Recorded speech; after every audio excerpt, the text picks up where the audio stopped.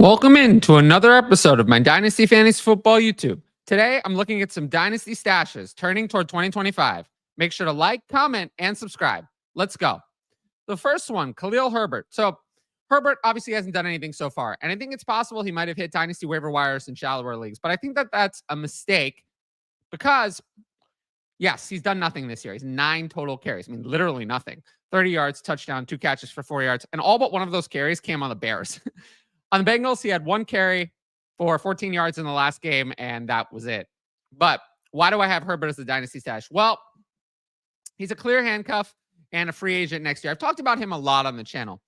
The Bengals traded a 7th-round pick for Herbert. Now, that's not a lot, but they didn't have to do that. If they were comfortable with their backup running backs outside of Zach Moss, who went down for a season-ending injury earlier in the year, they would not have traded for Khalil Herbert, but they did. And part of the reason they're uncomfortable with their other backups behind Chase Brown is that no other Bengals running back has an offensive stat. Not a target, not a carry, nothing. 0. Trevion Williams and Kendall Milton have each played a few snaps. No touches, no targets. Neither has been involved at all since the Herbert trade. I think they have 1 snap between the two of them. So what does that mean? If Chase Brown went down with an injury, we do not want to wish injuries upon anyone, but we know that injuries happen, especially this time of year. As it gets, I think there is some science behind this. As it gets colder and as the season goes on longer, I do think there are more injuries near the back half of the season. We know the cold and we know that more wear and tear causes some more injuries. So I'm not saying it will happen, but I'm saying it's possible. And if it does happen, Khalil Herbert will be the workhorse starter for a high-powered offense. He'd instantly be fantasy relevant and have an opportunity to showcase his value for free agency. So running backs like this who are 1 touch away from very high value should not be on any dynasty waiver wires. So just a plug for Khalil Herbert. I've been talking about him all year. Next up, maybe more interesting, Sincere McCormick. So a lot of people had not heard of Sincere McCormick. If you were on the Patreon, I did actually put him in my dynasty rankings a couple weeks ago. So you'd be ahead of the curve on McCormick. He's been in the NFL for a while. He was a UDFA for the Raiders in 2022, bounced around their practice squad until this year where we finally saw something. And in the 2 games he's actually played, he had 17 carries for 97 yards and 2 catches for 1 yard.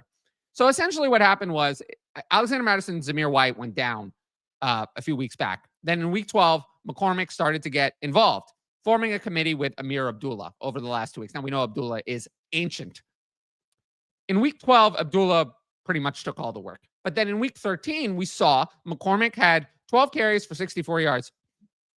And they made a change halfway through the game.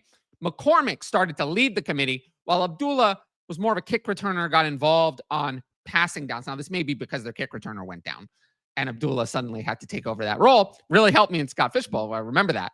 But who looked like a better runner? Sincere McCormick, who looked fast, or Amir Abdullah? Not so much. I think McCormick looked better, so they stuck with him once he got in a little bit more. Now, why is Sincere McCormick a dynasty stash? Well, the depth chart is wide open. Opportunity to earn a role in 2025. I'm not saying that Sincere McCormick is going to be the 2025 starter. He's not going to be. But Alexander Mattison is a free agent. Amir Abdullah is 32. These players are probably not going to be a part of the new coaching staff's plans for this Raiders team.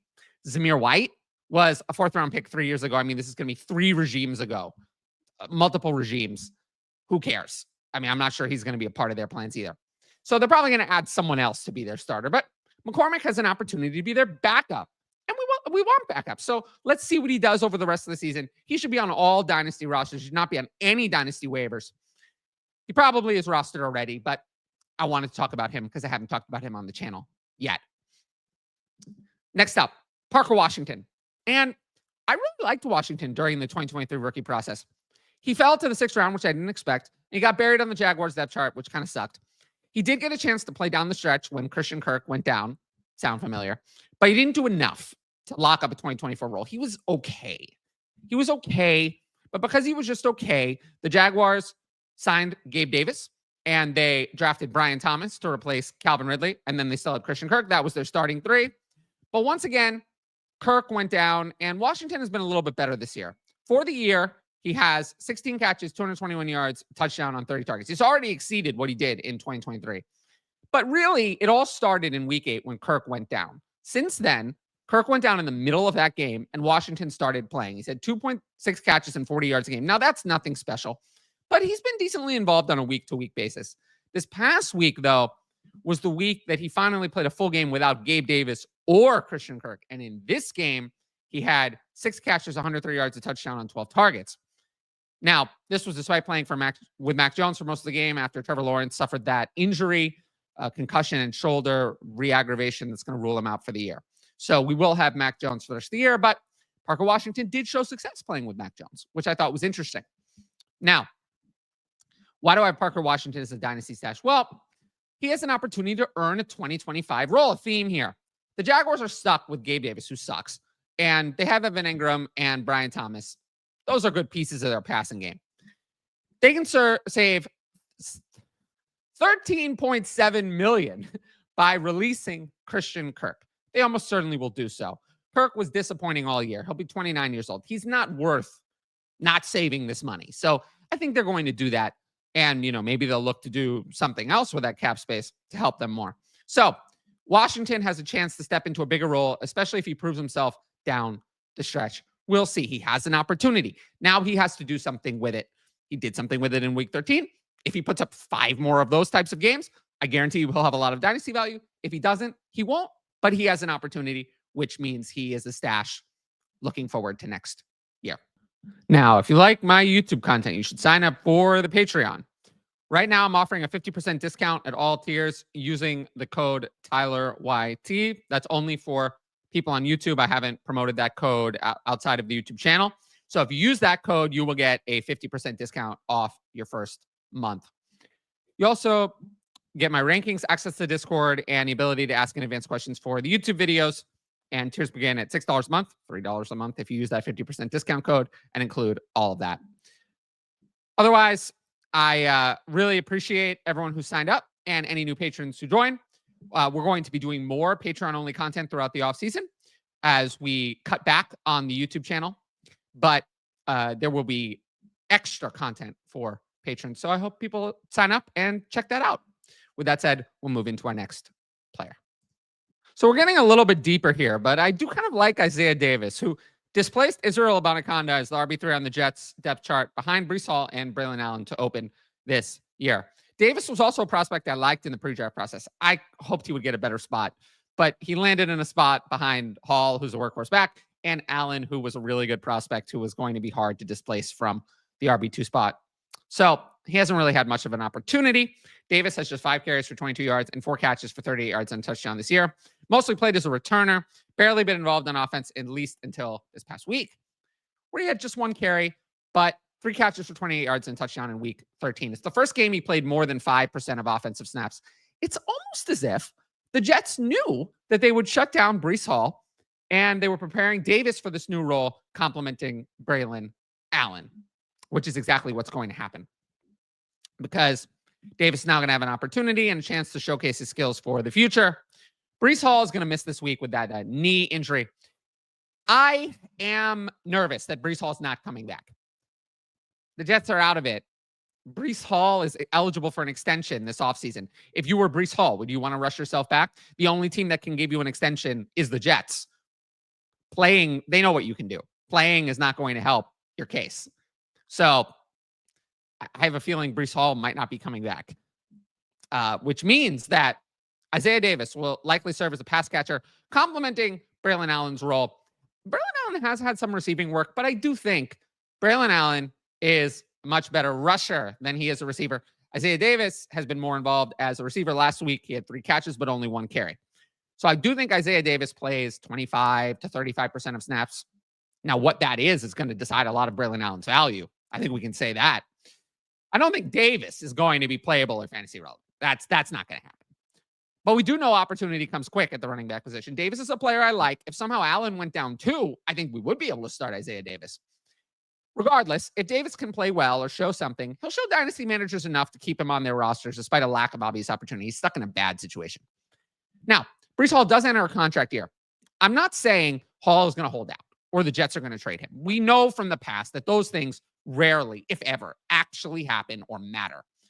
But If Davis shows us that he can play, and now we get a chance to see that, he'll be a good stash looking to the future, just in case something happens here. And then we know that Isaiah Davis could be relevant. So I would make sure he's on all dynasty rosters at this point. Now, it's funny how this worked out. It's almost like I put the show sheet together this way.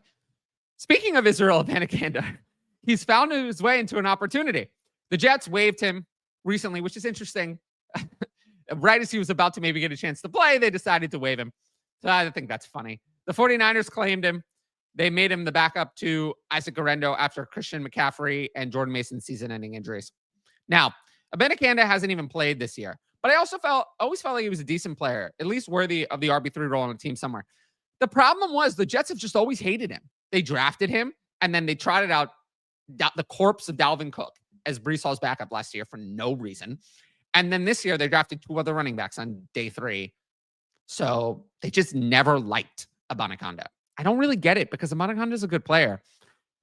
And let's get into that. So he was an excellent college running back. He was one of my favorite, and you're hearing this a lot, but he really was a prospect I loved in the 2023 rookie process. Why did I like him? Well, let's see. He had 239 carries, 1,433 yards, 20 touchdowns, 6 yards a carry, and 12 catches for 146 yards and touchdown at Pitt. He was elite. He averaged 130.1 yards per game.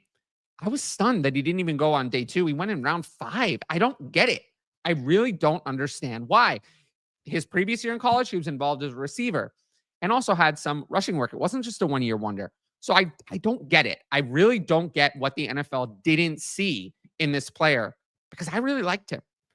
And he was young. It's not like this was an old man who did it at 23 years old. He's not even 23 years old now. He's not even 23 now. He just turned 22 in October. He started his NFL career before he was 21. He has plenty of time to turn his career around. He's almost 2 years younger than Blake Corum, younger than Trey Benson, and he's going to be younger than multiple running backs in the 2025 rookie class.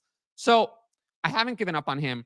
He's on the 49ers. We know the 49ers are like the dynasty salve for all players who are losing their dynasty value. You just go there and then suddenly your dynasty value revives itself.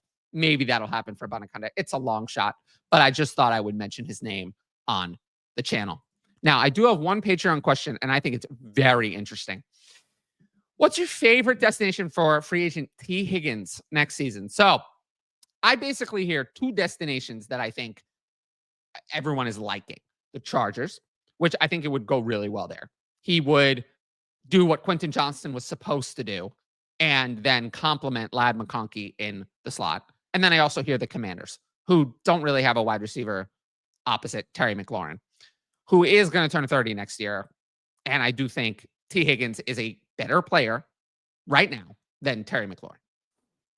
But in those spots, while I think I would lean that he's the wide receiver 1, he wouldn't be what he is now, which is a clear wide receiver 2 on his team behind Jamar Chase. I don't know if he would be, the super wide receiver 1 ahead of the other guys. There's always back to the Bengals, which seems unlikely, but I think he would still be fantasy relevant there. The Patriots would be interesting as being Drake May's number 1. I mean, there's no one else there right now. So would that be better? There are a lot of bad ones, though. The Raiders, the Cardinals, the Titans, the Broncos. Broncos might not be so bad. The Giants, the Steelers, the Jaguars, and the Panthers are all teams with cap space and a need of some level at wide receiver. Not sure I like a lot of those. But if I had to pick one favorite, I think if he goes to the Patriots and is the only significant wide receiver they add, I think that would be the best case scenario. Otherwise, I think the Chargers are the best case scenario. I really like what I've seen from Justin Herbert this season, and I really think he would take T. Higgins as the wide receiver 1 there on the outside to a whole new level. That is just hard to do when you're sharing a field with Jamar Chase, who is probably the best wide receiver in the league or close to it. Now, if you liked the video, make sure to drop a like and leave a comment with your thoughts. As always, the best way to support the YouTube channel is to subscribe. And don't forget to hit that notifications bell so you can be notified about all my exciting content as it drops. Of course, if you want my best fantasy football advice, it's available on the Patreon. Dynasty starts at redraft and more. You can get a 50% discount at all tiers using the code TylerYT. Every sign up helps support my independent content. But once again, thanks for watching, and I'll see you all later.